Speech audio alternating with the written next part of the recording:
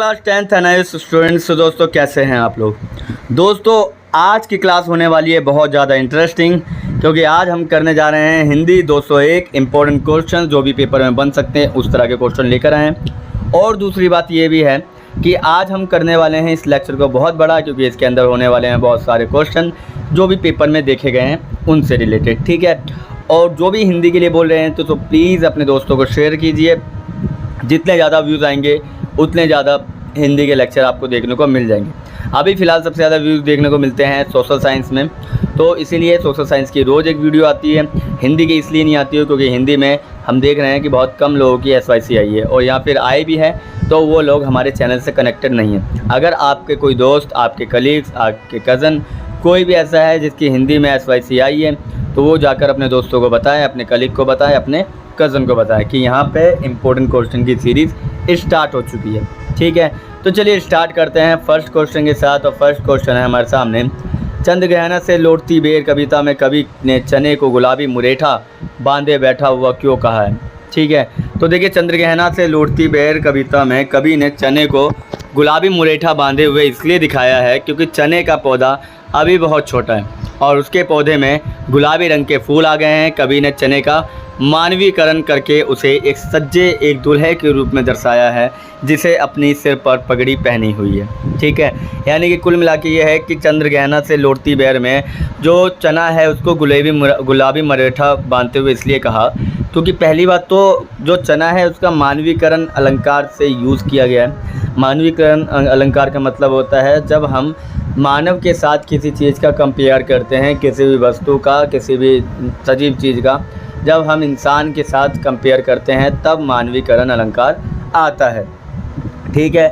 और उन्होंने ऐसा कहा कि चने जो है वो चना ऐसा लग रहा है मुरेठा बांधे हुए कि दूल्हे के रूप में दिखाया गया है और सिर पर पगड़ी पहनी हुई है, ठीक है। जिस तरह आपने देखा होगा कि शादी पार्टी में आप लोगों ने देखा होगा कि वो जो दूल्हा शेरवानी पहना होता है और उसके ऊपर सिर पे पगड़ी पहनी होती है, ठीक है। तो वैसे ही यहाँ पे चना भी देखने को मिल रहे हैं, ठीक है।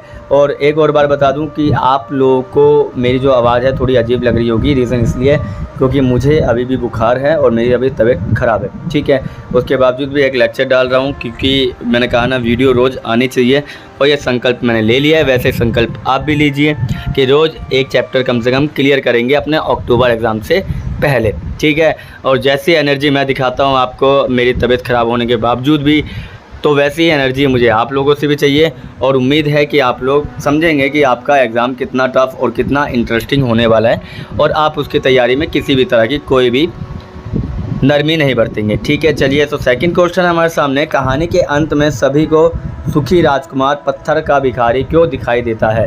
यानी कि जो सुखी राजकुमार जो आपका चैप्टर है उसमें जो कहानी का अंत जब होता है तो पत्थर का भिखारी क्यों दिखाई देता है सब, तो आंसर कुछ इस तरीके से है कि कहानी के अंत में सभी को सुखी राजकुमार पत्थर का भिखारी दिखाई देता है क्योंकि सभी की दृष्टि रूप में सौंदर्य को तलाशने की, और सुखी राजकुमार पत्थर का भिखारी इसलिए लगता है क्योंकि उसके स्वर्ण पत्र यानी कि त्वचा की क्रांति, नीलम जो आंखें थी, लाल शान शौकत सब गायब हो चुके हैं और वह अब मटमेला और मनहूस दिखाई दे रहा है, ठीक है। तो मैंने आप लोगों को जब ये चैप्टर पढ़ाया था सुखी राजकुमार तब भी मैंने आपको ये बताई थी कि ऐसे ही क्लास 9th में भी एक चैप्टर का नाम है हैप्पी प्रिंस।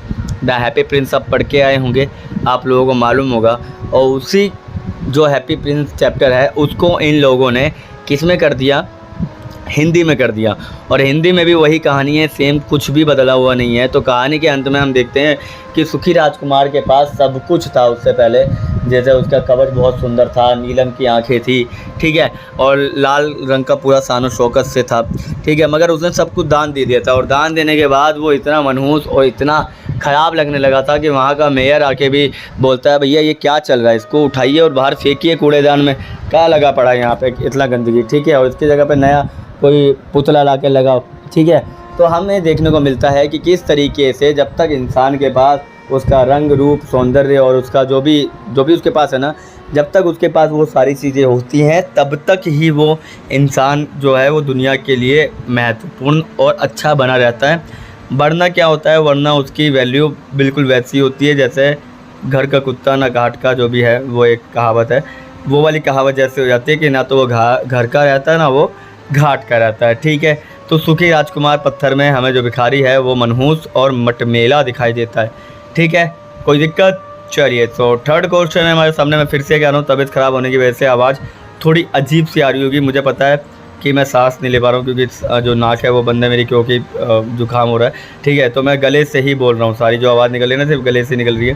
ठीक है, और चलिए, तो थर्ड क्वेश्चन है हमारे सामने। लेखक ने किस वृत्ति को पशुत्व का चिन्ह और किसे मनुष्य का चिन्ह बताया है? ठीक है, यानी कि लेखक ने किस वृत्ति को पशुत्व का चिन्ह और किसे मनुष्य का चिन्ह माना है? ठीक है, तो उत्तर है, लेखक के अनुसार मानव में नाखून बढ़ा लेने की सहजात प्रकृति पशुत्व का चिन्ह है तथा उन्हें काटने की प्रवृत्ति मनुष्य की चिन्ह है। ठीक है, यानी कि जो नाखून जो है वो चैप्टर उससे है। ठीक है, उसमें मानना है कि मानव जो है वो नाखून बढ़ा लेने से उसकी सहजात प्रकृति जो है ना वो पशुत्व का चिन्ह है, और उन्हें काटने की जब प्रवृत्ति आती है तो वो मनुष्य का चिन्ह बन जाती है। ठीक है, तो नाखून बढ़ाना मतलब पशु और नाखून काटना मतलब मनुष्य। ठीक है, क्योंकि देखो सारे पशु जो होते हैं उनके नाखून तो ना कोई काटता है, तो वो अपने नाखून बेचारे ऐसे बड़े बड़े रखते हैं। ठीक है, इसलिए बोलता है वह जानवर है क्या जो इतने बड़े बड़े नाखून लेकर घूम रहा है। ठीक है, बट फिर उसे कटवा लो तो बोलता है यार आज तो इंसान लग रहा है।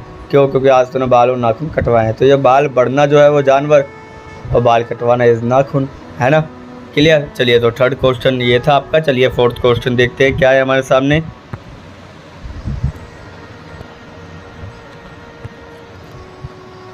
फोर्थ क्वेश्चन है, अखबार में इंट्रो का महत्व लिखिए। यानी अखबार जो है उसका इंट्रो, ठीक है, उसके इंट्रो का महत्व बताइए अखबार के अंदर। तो अखबार में इंट्रो का महत्व ये है कि ये समाचार का प्रारंभिक और महत्वपूर्ण भाग होता है। इंट्रो में समाचार का समस्त सूचनात्मक भाग निहित होता है और इंट्रो के बाद का भाग तो मात्र विस्तार के लिए ही होता है। तो इंट्रो प्रभावोत्पाद होना चाहिए, इसमें कब क्या कब कौन कहाँ के समस्त तथ्यों का समावेश होना चाहिए। इंट्रो को प्रभावी और आकर्षक भाषा में लिखा जाना चाहिए, बिल्कुल स्पष्ट, सीधा और सरल होना चाहिए। चलो मैं ऐसे करता हूँ, आप लोगों को एक सिंपल लैंग्वेज में बताता हूँ कि अखबार में इंट्रो का महत्व क्या होता है। देखिए, आप कोई फिल्म देखने गए, ठीक है, और इस समय सबसे ज़्यादा जो फिल्म फेमस हो रही है वो कौन सी फिल्म है मालूम? इस समय सबसे ज़्यादा जो फिल्म फेमस हो रही है उस फिल्म का नाम क्या है? आप लोगों ने देखा होगा, अगर आपको याद हो तो। इस समय डेडपूल और वोल्वरिन हो रही है। तो उसका स्टार्टिंग का सीन इतना इंटरेस्टिंग है कि बंदा पूरी फिल्म देखेगा ही देखेगा। ठीक है, तो वही होता है कि आपका स्टार्टिंग का सीन या स्टार्टिंग का इंट्रो या फिर कोई कहानी पढ़ रहे हो, स्टार्टिंग के पेज में इतनी इंटरेस्टिंग चीज़ होनी चाहिए। देखो खुद ही देखो इसका मतलब क्या होता है। इंट्रो मतलब इंटरेस्टिंग। ठीक है, इंट्रो क्या होना चाहिए? इंटरेस्टिंग होना चाहिए। ठीक है, तो इंट्रो इतना भावोत्पाद होना चाहिए कि उसमें क्या कब कौन कहाँ कैसे आएगा ये सब कुछ हमें पहले से ही मालूम होना चाहिए, स्पष्ट, सीधा और सरल होना चाहिए। ठीक है, समझ में आ गया? सरल भाषा में होगा तो सबको पता चल जाएगा, सबको समझ में आ जाएगा कि क्या चल रहा है क्या नहीं चल रहा है। बाकी तो फिर चॉइस के ऊपर है कि इंट्रो कैसा लिखा जाता है। ठीक है, intro should be interesting and intro के अंदर ही क्या होना चाहिए सबकी, आपको पूरी कहानी का सारांश जो है ना वो आपको इंट्रो में ही बता देना चाहिए कि भाई इंट्रो में ये चीज़ें होगी, इंट्रो में वो चीज़ें होगी, और इस तरीके से इंट्रो पूरी तरह से क्लियर कर देगा एक दूसरे को। ठीक है, समझ में आ गया?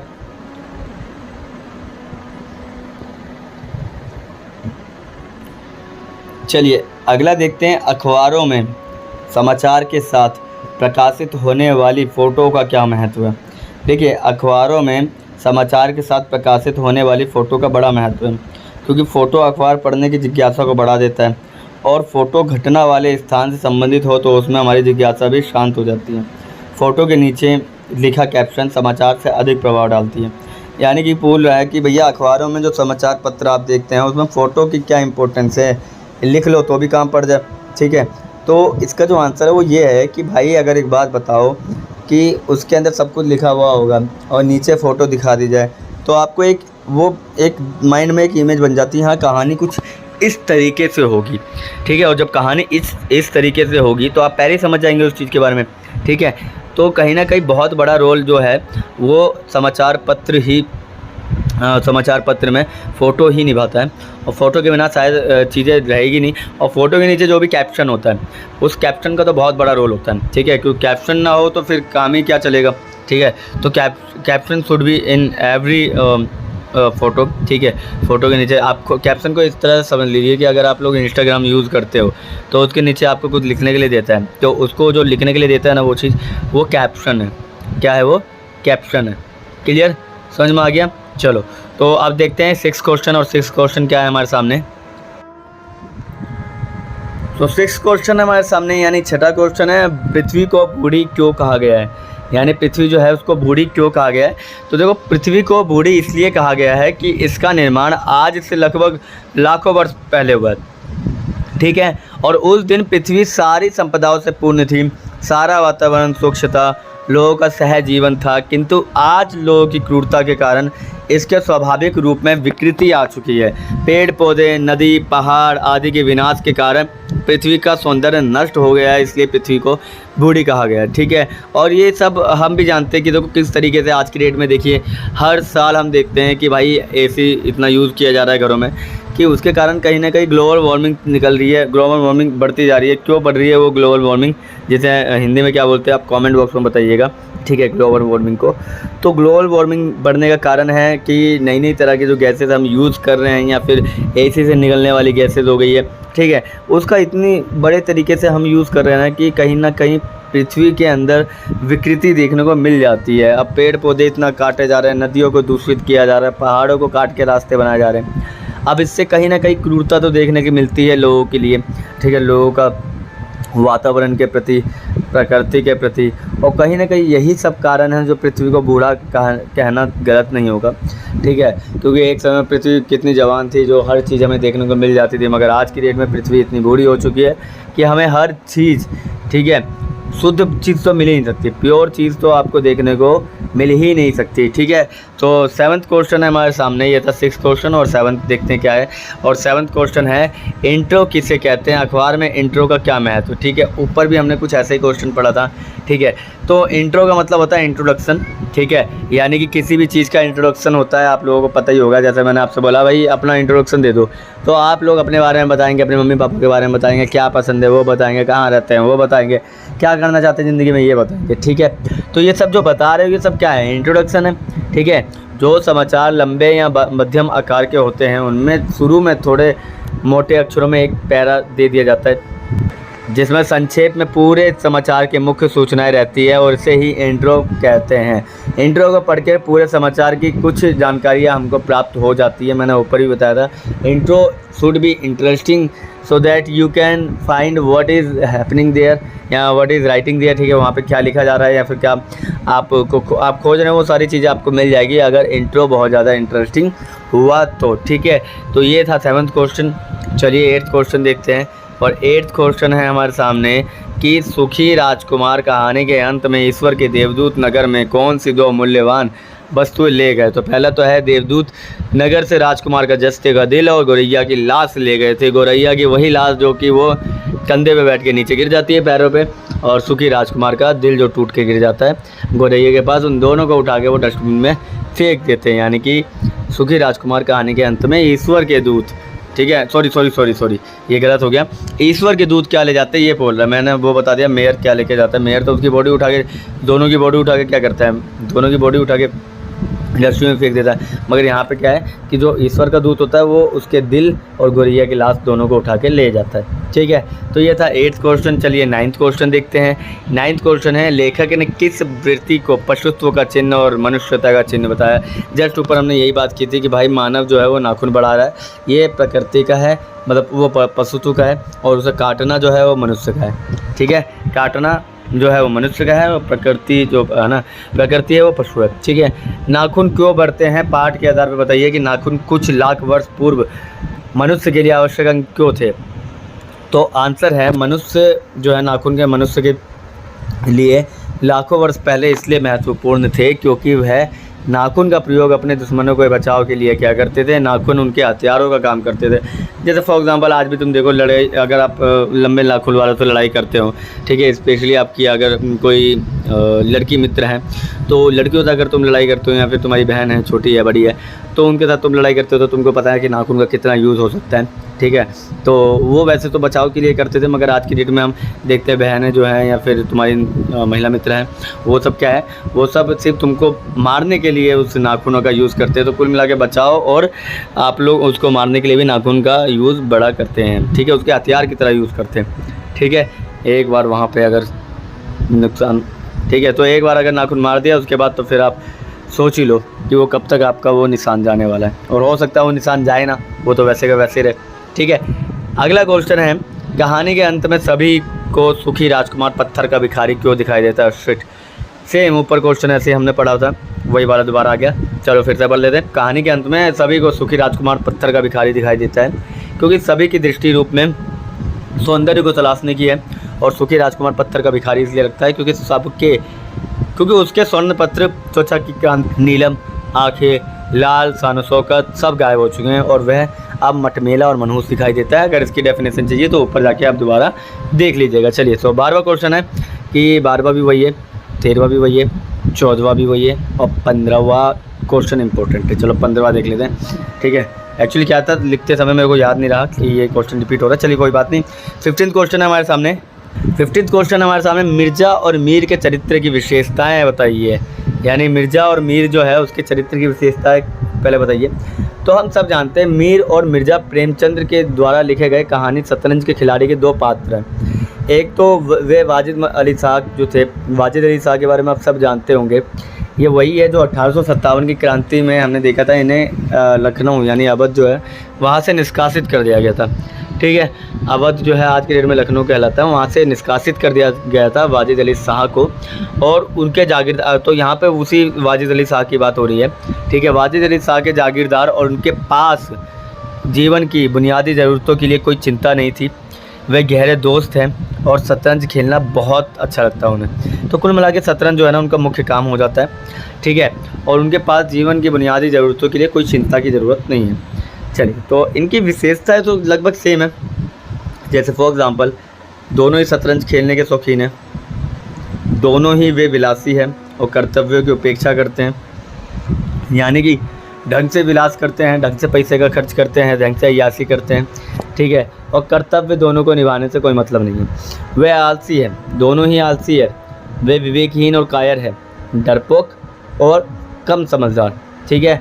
और अगला है, वे सामंतवादी मानसिकता के प्रतिनिधि है, यानी कि उनका मानना है कि बड़े बड़े जमींदारों के हाथ में सत्ता रहनी चाहिए। सामंतवादी, इसके बारे में हमने हिस्ट्री में यानी एसएसटी में पढ़ा था। अगर आप लोगों ने एसएसटी नहीं पढ़ी है तो प्लीज़ जिनका भी एसवाईसी है वो मुझे कॉर्नर में दिए हुए नंबर पे मैसेज कर सकते हैं, पूछ सकते हैं कि किस तरीके से तैयारी करें ताकि एसएसटी में हम पास हो जाएं, ठीक है। तो हमारा कोर्स भी लॉन्च है, अगर आप लोगों ने कोर्स को नहीं लिया है तो ले लीजिए। क्या कर रहे हैं आप लोग, टाइम पास मत करिए, पास होने की गारंटी उसमें मेरी है अगर आप लोग ढंग से पढ़ते हैं और मेरे कराए हुए हर एक कार्य को करते हैं, ठीक है। उसमें मैं सिलेबस भी कराता हूँ, इंपॉर्टेंट क्वेश्चन भी कराता हूँ, MCQ भी कराता हूँ, और टॉप 5 क्वेश्चन की सीरीज़ भी उसमें कराई जाती है, ठीक है। तो उसमें तो बहुत सारी चीज़ें होती है, और बाकी रोज़ घर के लिए 5 क्वेश्चन दिए जाते हैं जिस पर आप काम कर सकते हैं, ठीक है।